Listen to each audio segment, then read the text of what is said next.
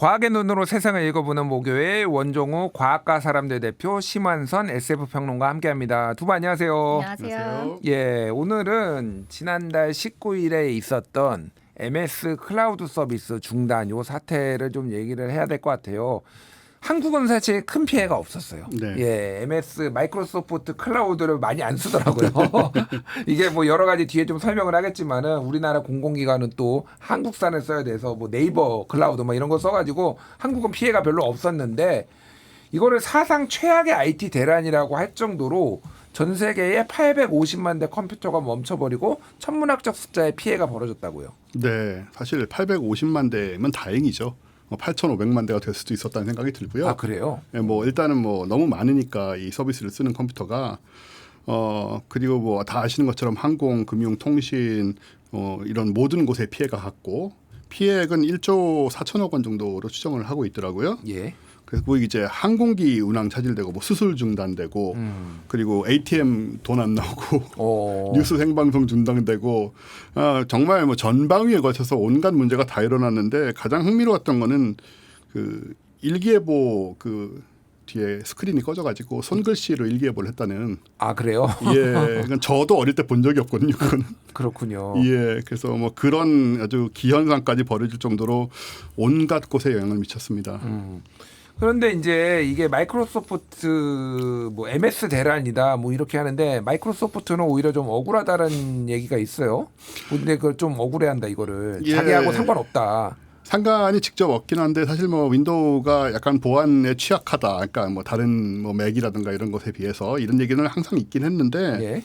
이번에는 이제 미국의 사이버 보안 업체인 크라우드 스트라이크라는 회사가 이제 그 펠컨 센서라는 보안 프로그램을 업데이트하는 과정에서 문제가 생긴 거죠. 예. 근데 보안 프로그램들은 대개 아주 운영체제 깊숙한 곳까지 들어가서 이거를 이제 뭔가를 만져줘야 됩니다.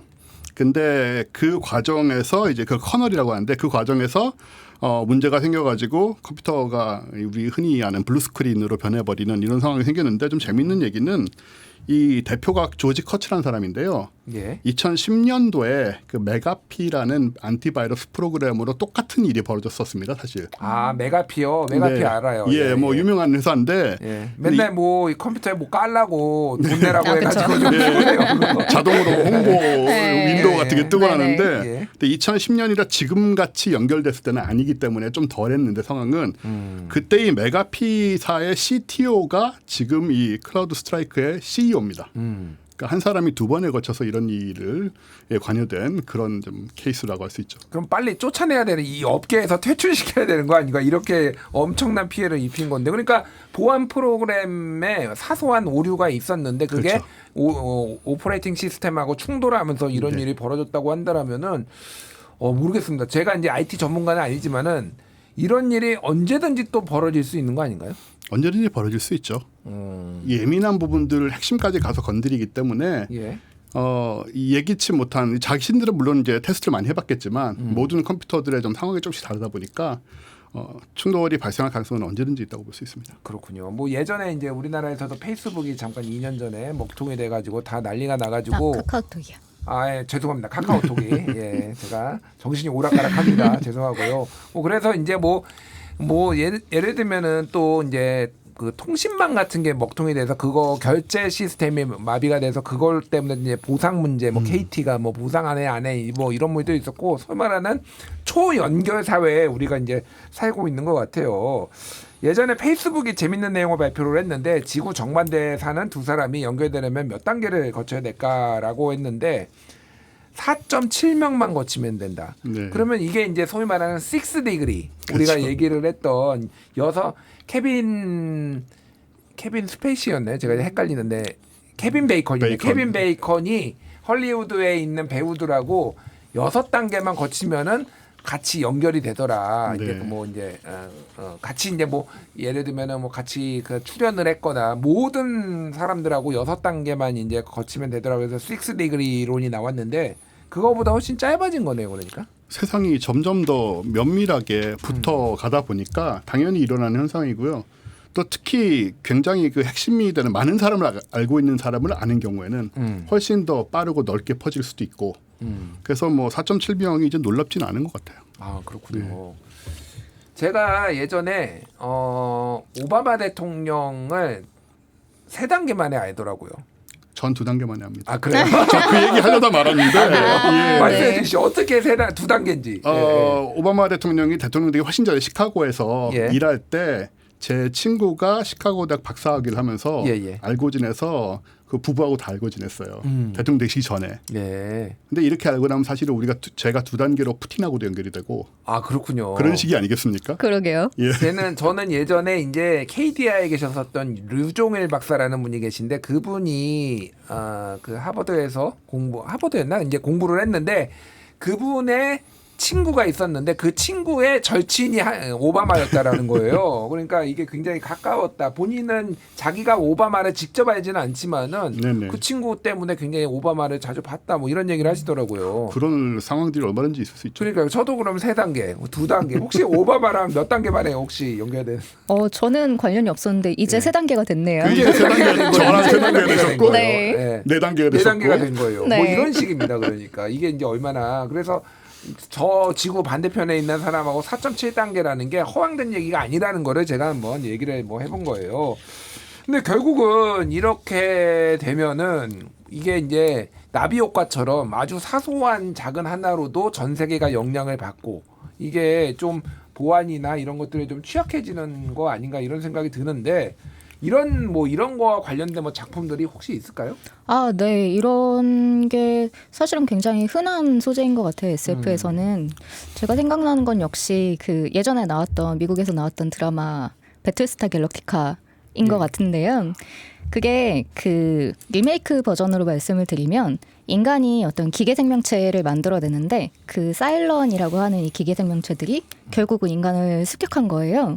그래서 인간을 공격하는데 문제는 이들의 그 인간들의 전함 같은 게 다 신식 전함은 디지털화가 되어서 막 네트워크에 연결돼 있고 그런 거예요. 그래서 다 바이러스에 당해버리고 인간은 이제 그 거의 유일하게 남아있던 구식 전함들 막 박물관에 전시되어 있던 그런 이제 배틀스타 같은 전함을 타고 탈출을 합니다. 지구에서. 그래서 이제 다음 살만한 행성을 찾아 떠나는 그런 내용이에요. 예.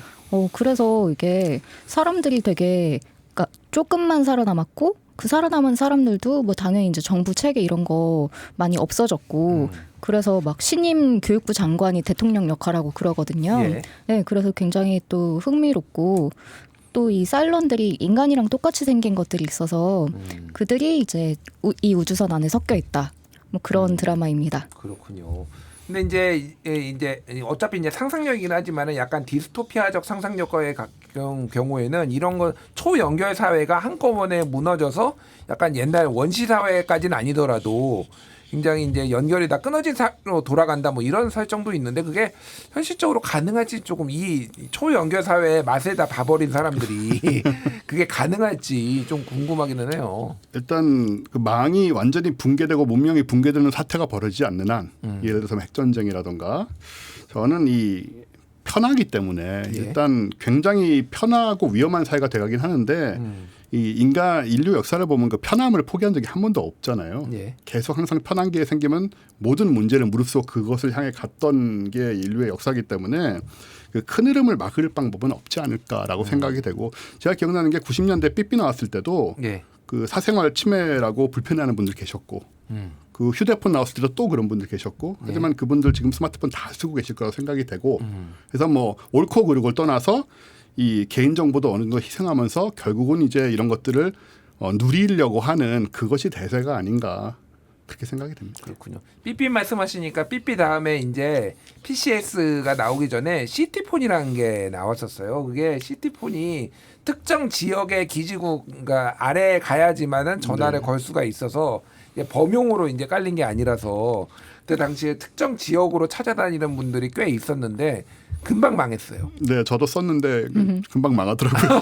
아니 왜냐하면 너무 불편하니까 그게. 그래서 제가 이제 말씀하신 게 사람이 편안함을 추구를 한다라는 게 결국은 뭐 편안함에 장사 없다 뭐 이런 생각이 들어요. 그러니까. 네네. 아, 그런 점에서 생각나는 게 예. 그 이언 엠 뱅크스라는 작가의 그 컬처 시리즈 소설 시리즈가 있거든요. 예. 근데 거기서 컬처라는 곳이 그 기술적으로 굉장히 유토피아 같은 곳인데 여기서는 그 슈퍼 인공지능이 있어서 이 사회적인 문제를 인공지능이 다 처리하는 거예요. 그래서 사람은 그냥 뭐 약간 먹고 놀고 이런 것만 하면 되는, 자기가 하고 싶은 거 하면 봤나요? 되는. 혹시 앞에 기본소득 얘기했는데. 네, 그래서 뭐 별로 그런 이제 뭐 일을 하거나 이런 게 하나도 문제가 되지 않고 막 인공지능이 다 사람들에게 비서처럼 따라다니고 좀 이런 식이거든요. 그리고 뭐 유전자 조작으로 태어나기 때문에 사람들이 전부 다들 뭐 건강하고 아름답고 뭐 키도 크고 이런 식인데, 근데 그래서 또 비난을 받기도 하는 거예요. 아, 저 사람들은 제대로 살아있는 게 아니다. 되게 뭐 무료하고 게으르고 그런 이제 사람들이다. 이러고 비난이 나오기도 하고 그런 점이 좀 재밌는 것 같아요. 그렇군요. 네. 예. 그래서 이제 우리가 이제 초연결 사회 그리고 이 편리함을 우리가 포기할 수 있을 것인가 아니면 완전히 붕괴될 것인가 뭐 이런 얘기를 해봤는데, 좀 다시 현실로 좀 돌아와 보면은 지금 이제 최근에 초연결 사회 중에서 이제 인간과 인간을 잇는 거를 넘어서서 소위 말하는 이제 사물 인터넷 네. 얘기가 많이 나오고 있잖아요. 그래서 모든 집안에서도 요즘 이제 스마트홈 뭐 이런 컨셉으로 해가지고 뭐 휴대폰으로 다 모든 이제 전자기기들이 연결이 된다든지 뭐 이런 것들도 있는데, 그 기술의 발전이 굉장히 빠른 것 같아요 지금. 네, 뭐 사실 2000년대 초에 뭐 유비쿼터스니 해가지고 맞아요. 나왔다가 그냥 대충 뭐 사라져버린 듯한 느낌으로 좀 단어 자체도 잘 안 쓰는데, 사실 사물 인터넷의 진짜 대단한 점은 앞으로 가는 방향은 이제 우리가 조정하는 것이 아니고 알아서 모두 움직이는 것을 추구를 하거든요. 예. 그래서 AI가 이제 컨트롤을 하면서 즉 제가 방에 들어가면 제가 평소에 하던 것들 원하는 것들을 알아서 이미 학습한 상태에서 다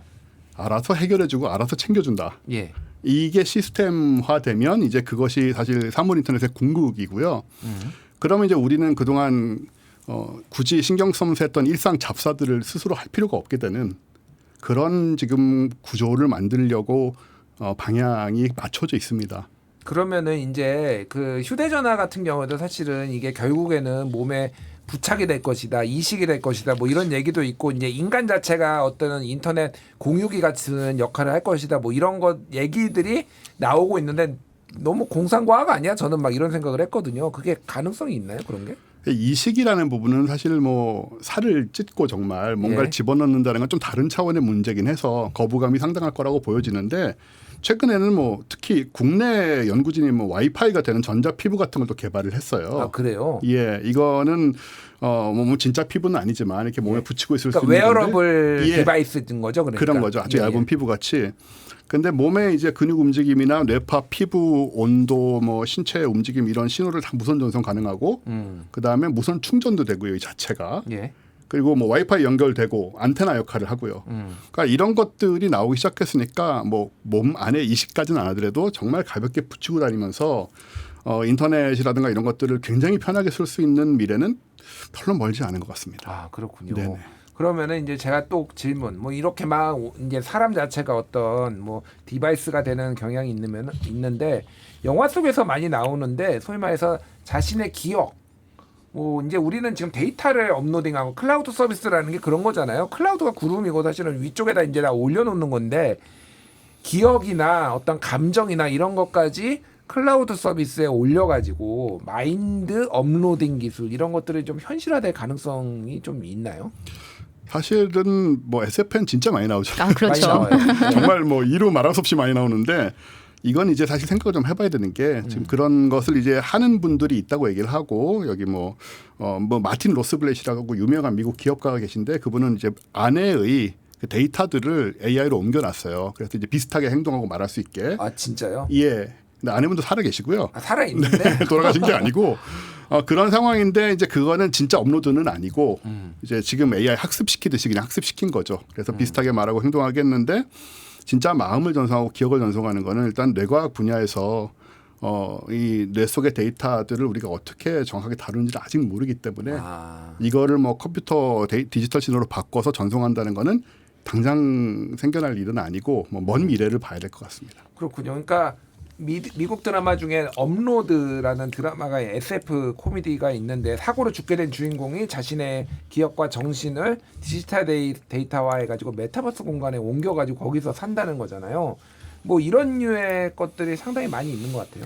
네, 굉장히 많은 것 같아요. 제가 지금 생각나는 거는 그 한국 SF 중에 그 경민선 작가의 연옥의 수리공이라는 소설이 있는데 그게 사후세계를 가상현실로 만든 거예요. 예. 그래서 사람이 그 어떤 사람들이 이제 아주 비싼 건강보험료를 다 내면은 죽은 다음에 정확히는 죽기 직전에 그 사후세계를 누릴 수 있게 해주는 거죠. 사후세계로 가서.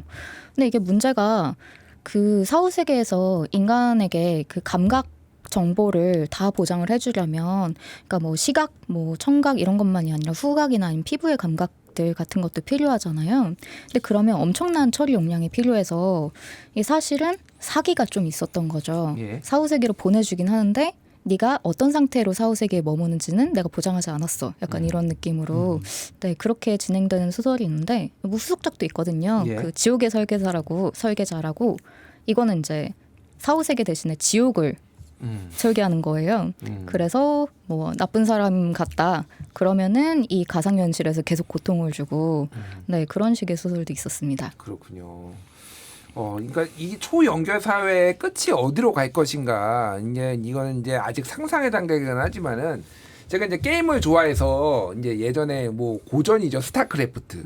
거기에 보면은 이제 잘 안 하시는 분들도 스타크래프트는 뭐 아실 거예요. 우리 청취자분들도 이제 테란, 인간 종족인 테란, 그리고 이제 고등 외계 종족인 프로토스, 그리고 약간 에일리언 같이 생긴 저그. 근데 여기를 보면은 이 운용 방식이 다 다른데 저그 같은 경우에는 오버마인드라는 중앙의 어떤 이거를 다 통제하는 거대한 어떤 뇌를 가진 얘는 뭐 이런 게 있어가지고 나머지 저그 생명체들은 자율성도 없고 오버마인드가 시키는 대로 좀 움직이는 이런 게 있다라고 하면은 프로토스는 너무 제가 디테일하게 들어가는데 칼라라는 거를 통해서 본인들의 감정과 생각을 공유를 하는 거예요.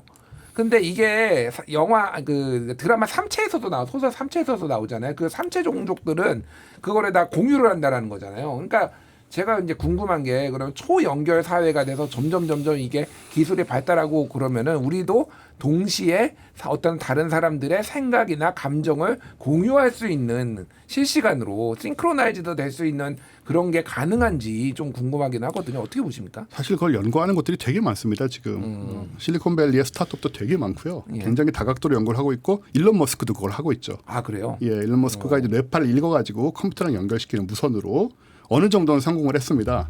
뇌파로 컴퓨터 마우스를 움직이는 정도는 이미 성공을 했고 네. 그게 뭐 몇 달 전 얘기인데요.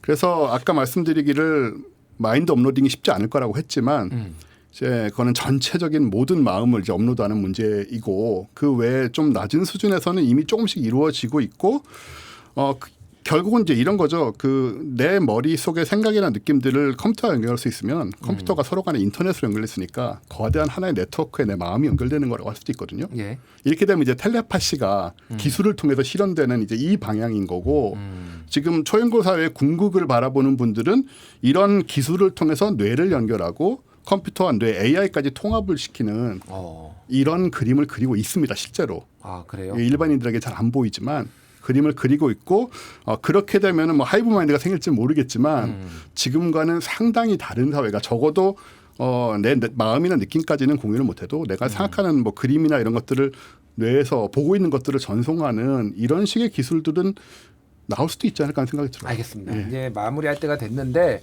결국은 여기가 또 종교 방송이고 그러다 보니까 이런 생각도 들어요. 그렇게 초연결 사회가 되면은 신의 어떤 의미는 어떻게 우리가 찾을 것이고 종교는 어떻게 될 것인가 뭐 이런 생각도 개인적으로 듭니다. 자, 마지막으로 이제 이런 초연결 사회가 디스토피아적으로 바라보는 관점과 유토피아적으로 바라보는 관점이 있는데 두 분은 좀 어떤 관점으로 보시는지 어떻게 될지 짧게 한 3, 40초씩 말씀해 주시죠. 그러면 저 마지막으로 소설 하나만 더 얘기하자면 그 한나렌이라는 일본 SF 작가의 그 싱귤레리티 소비에트라는 소설이 있는데 여기에서는 소련이 이제 달 그 개척 경쟁에서 미국을 이겼다. 그래서 소련이 이제 뭐 기술적 특이점을 넘어서 어쩌고저쩌고 기술이 발달했다인데 초인공지능이 있고 그 소련 사람들은 모두 다 자기 뇌의 절반을 그러니까 인지 처리 능력의 절반을 예. 그 컴퓨터에 내주는 거예요. 이 컴퓨터가 이제 굉장히 많은 그 뭐 데이터 처리라든가 이런 게 필요할 거잖아요. 그래서 이 사람들은 자기 뇌의 절반을 주는 대신에 그 이 인공지능이 막 예를 들면 오늘은 무슨 커피를 먹는 게 맛있을 거야. 막 이런 걸 다 해주는 거예요. 네. 이게 굉장히 끔찍하게 보일 수도 있는데 또 한편으로는 내가 이 사회에 살고 있으면 되게 편리하게 느끼지 않을까? 예. 라는 생각도 들고 그래서 어느 한쪽으로 단언할 수 없는 단언할 수 없다. 네, 양면이 다 있다. 네, 예. 그런 흥미로운 소설이었습니다. 네. 원전 예, 대표님. 사실 똑같은 생각입니다. 지금 우리가 보기엔 유토피아, 디스토피아로 보일 수 있지만 예. 거기를 그 시기를 사는 사람들한테는 그냥 장점과 단점이 공존하는 세상일 것이다. 다만 기계와 밀접한 관계를 맺고 살아간다는 점만 다를 것 같아요. 그렇군요. 그렇죠. 우리에게 낯설 뿐이지 네네. 이게 정말 디스토피아다 유토피아다 뭐 단언하기가 정말 힘들다. 우리가 말하는 건 별 의미가 없죠. 네. 그 사회에 사는 그 사람들이 그 사회를 어떻게 느낄 것이냐 이게 중요하다. 네. 이렇게 말씀을 해주셨습니다. 자, 오늘 말씀 여기까지 듣겠습니다. 오늘은 초연결 사회에 대해서 미래 전망까지 들여다봤습니다. 원종우 과학과 사람들 대표 심한선 SF 평론가였습니다. 감사합니다. 감사합니다. 감사합니다.